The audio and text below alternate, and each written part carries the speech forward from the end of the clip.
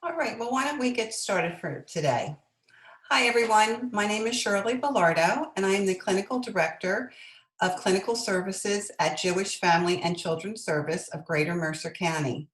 Thank you for joining us for our teen webinar, Managing Stress and Anxiety During the New Normal.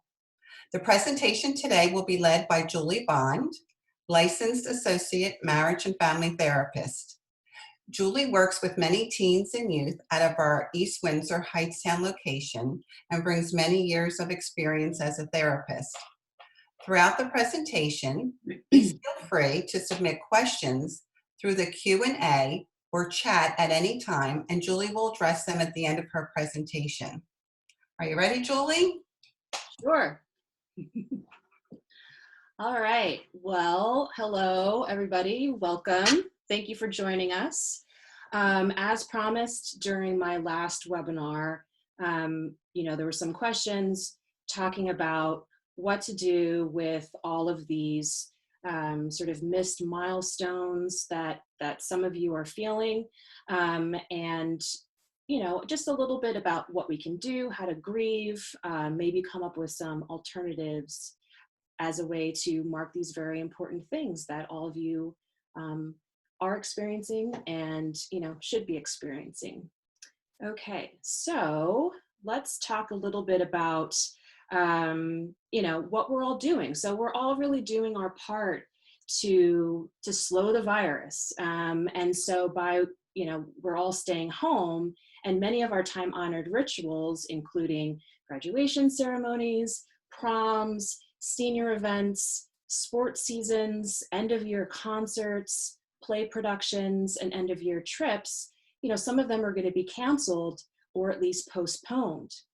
And an absence of ritual can, during this stressful time, especially during the COVID pandemic, it can have real and lasting impact.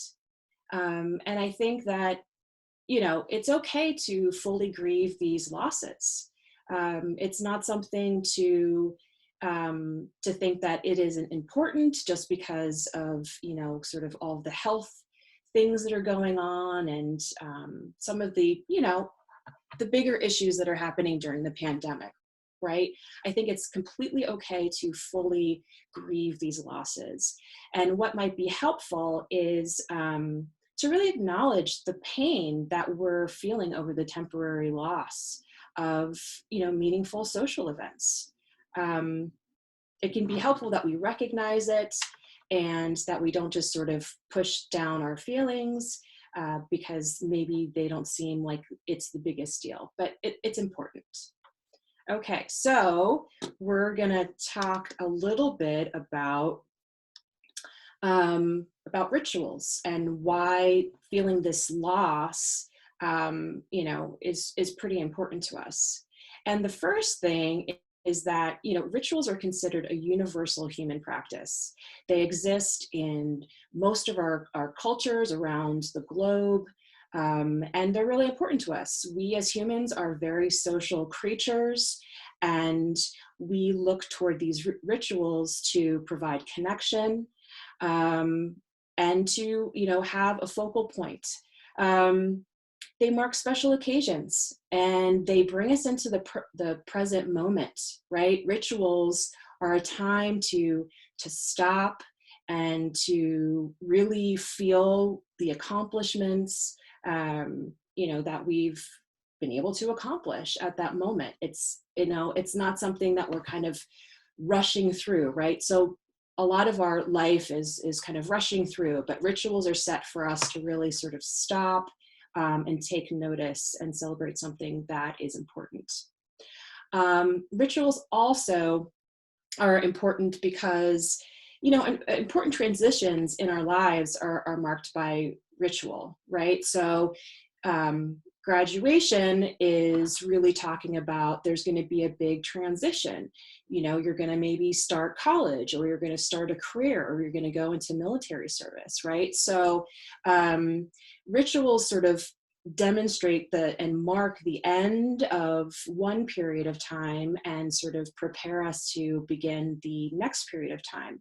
And during that time of transitions can be really stressful.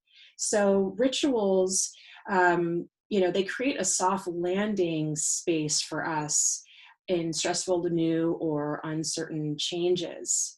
So that's why they're important as well.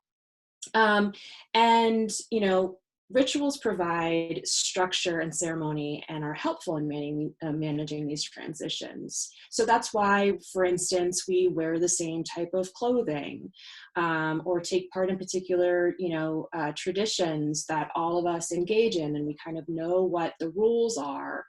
We know how to do that ritual correctly or right? Like wearing a cap and gown and marching into pomp and circumstance playing, right? That's sort of the thing that we've come to expect with graduation. And that's also how rituals can help us ease our anxieties, because they provide us some structure and some rules. Okay, so now that we know a little bit about why rituals are so important to us and why we grieve the loss of them, let's explore some alternatives or new rituals. Okay. Okay, so while we're going to grieve these losses, and it's okay to acknowledge them. The good news is that we as human beings, we're very adaptable creatures. We're very resourceful. We can kind of move through and manage these uncertain times with a lot of grace. Okay, so I'm going to sort of give you a couple of ideas that I've come across of how folks are coming up with alternative rituals, and yeah, we'll get started talking about those. Okay, so one school in the area I've noticed is hosting a virtual decision day, and they're encouraging the class of 2020 to take photos of themselves in college gear or stuff they would wear for their jobs or military clothing, and post on social media with a common hashtag to share with friends and family. So that's kind of one way to celebrate sort of the ending of high school and sort of what is coming next in your lives. Another idea I came across is to create senior stories.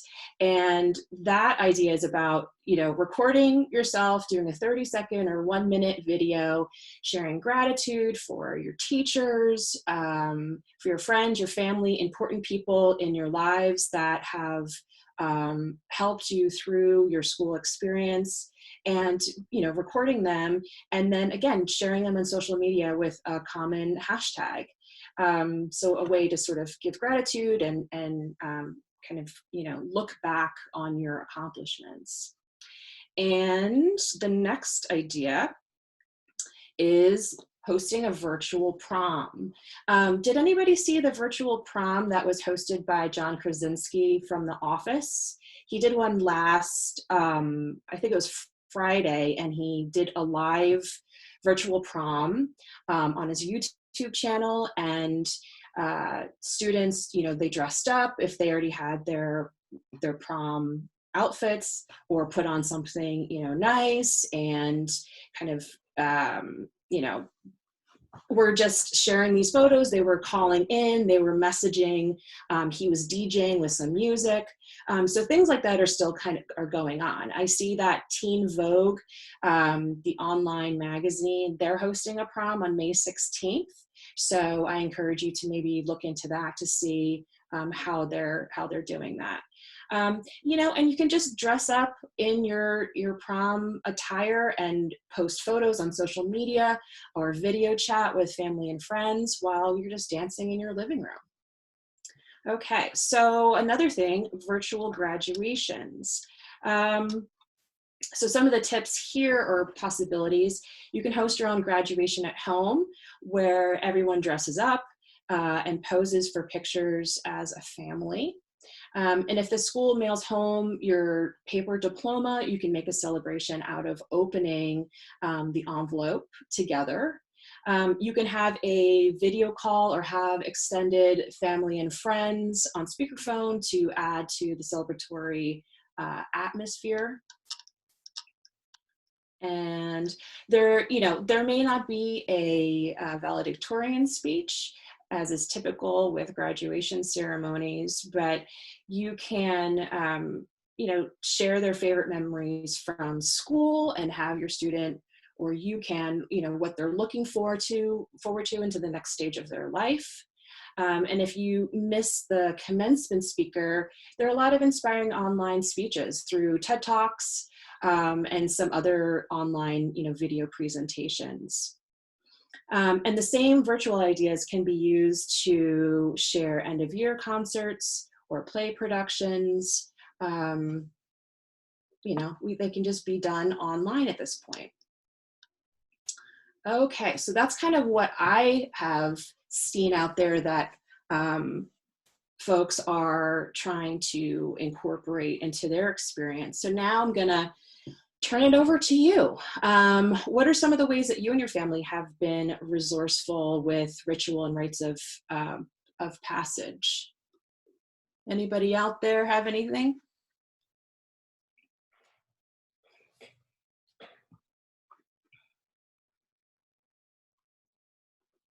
All right, we have one person talking about parades. Oh yeah, okay, so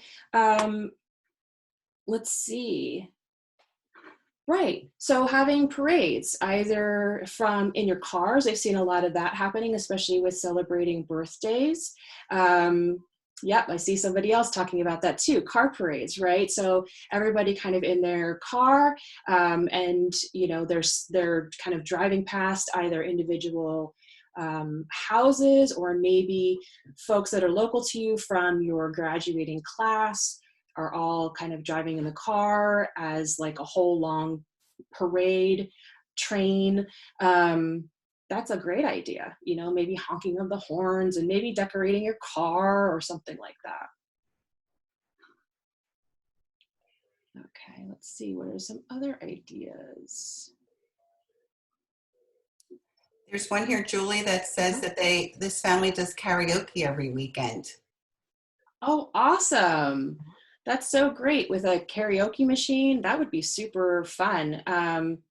Either in your home, or you could even do that through video, right? You could do that through Zoom or FaceTime or Google Hangouts, something like that. And another participant talks about birthday video wishes. Oh, that's a lovely idea. Being able to record something and sending it to the person who's celebrating whatever it is that they're celebrating. That's wonderful. And with video, you'll be able to have that as a keepsake, right? I mean, it's so nice when you're involved in a celebration, but sometimes because we're in it in the moment, which is great, we sometimes don't remember everything that's happened. So it's nice to have a record. Anything else on there? Let's see. Somebody is suggesting a site called Watch Together. They are saying that it's a site that they've used to coordinate a dance party for their virtual wedding reception. Could work for proms. Users log in to synchronize music. That is awesome. That sounds like a terrific idea. And you could do that for so many different of occasions to celebrate, right? That would be a great way to host a virtual prom. Mm-hmm. I love that idea. Absolutely. Yeah. See, this is great, right? We're all learning from one another. Everybody has a different resource or something that they've come across, and we can just share this information together. Again, because ritual is so important, we want to feel connected. And the more that we can feel connected to one another, I think, it'll ease some of our anxiety. Mm-hmm. Let's see, does anybody else have any other ideas?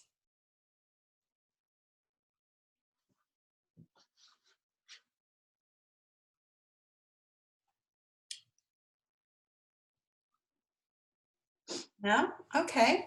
Well, certainly if you come up with any ideas, you can feel free to email Julie or myself, And we will see that those resources are provided and placed on our website. So if you have any additional questions, wait, we do have one more that I want to, do you want to mention this one? Seniors are putting lawn signs up. Oh yeah, well I've seen that in the past, right, where Mhm. schools are having that they're selling them or giving them away, that their student is a graduate of the class of 2020, and so that's an excellent way to celebrate your student, um, and both when you're kind of if you're driving past, to like give a little honk, right, if you see that outside of their house. Mhm. Also putting a picture on the door of the senior in the house that's graduating, or posters on the door. Yeah, wonderful. I love that, right? Because people are still trying to, with socially distancing, but still trying to walk to get their exercise, to get some fresh air. And wouldn't that be great if you saw that and, started applauding, or. Absolutely. That's great. Well, all great ideas for sure. Well, thank you so much. If you have any additional questions or are looking more for one-on-one support, please know that JFCS now has phone drop-in hours every day. You're welcome to call in during these hours to connect to a counselor for a free 30-minute support session. Counselors are available Mondays, Wednesdays, and Fridays from 10 a.m. till noon, and Tuesdays and Thursdays from 5 p.m. till 7 p.m. Please call 609-987-8100 and dial 0 to connect to someone. We will continue to offer these community webinars. The next one is scheduled for Tuesday, April the 28th at 3:30. The focus will be on practical skills for stress management. Arlene Munoz, licensed social worker, will provide several techniques for actively managing and minimizing stress. At JFCS, we are here for you during this new normal and throughout the healing and rebuilding process. When our offices reopen, remember we offer counseling for all ages at 2 locations, our Princeton office on Alexandra Road and our East Windsor Heightstown office on Main Street. Thank you so much for joining us today. Be safe, and we will see you next week. Thank you. Bye.